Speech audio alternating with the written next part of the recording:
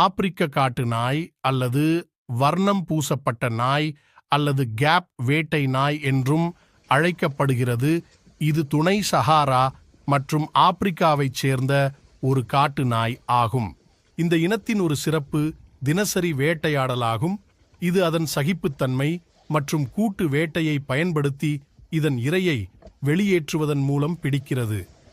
பிணங்களை முதலில் உண்ணும் பாக்கியம் இளைஞர்களுக்கு உண்டு. அதன் இயற்கையான போட்டியாளர்கள் சிங்கங்கள் மற்றும் புள்ளிகள் கொண்ட ஹைனாக்கள் ஆகும். இந்த இனம் தோள்வரை 60 முதல் 75 சென்டிமீட்டர் உயரமும் தலை முதல் உடல் நீளத்தில் 70 முதல் 115 சென்டிமீட்டர் வரை இருக்கும் மற்றும் வால் நீளம் 30 முதல் 40 சென்டிமீட்டர் வரை இருக்கும். பெரியவர்களின் எடை 18 முதல் 36 கிலோ வரை இருக்கும்.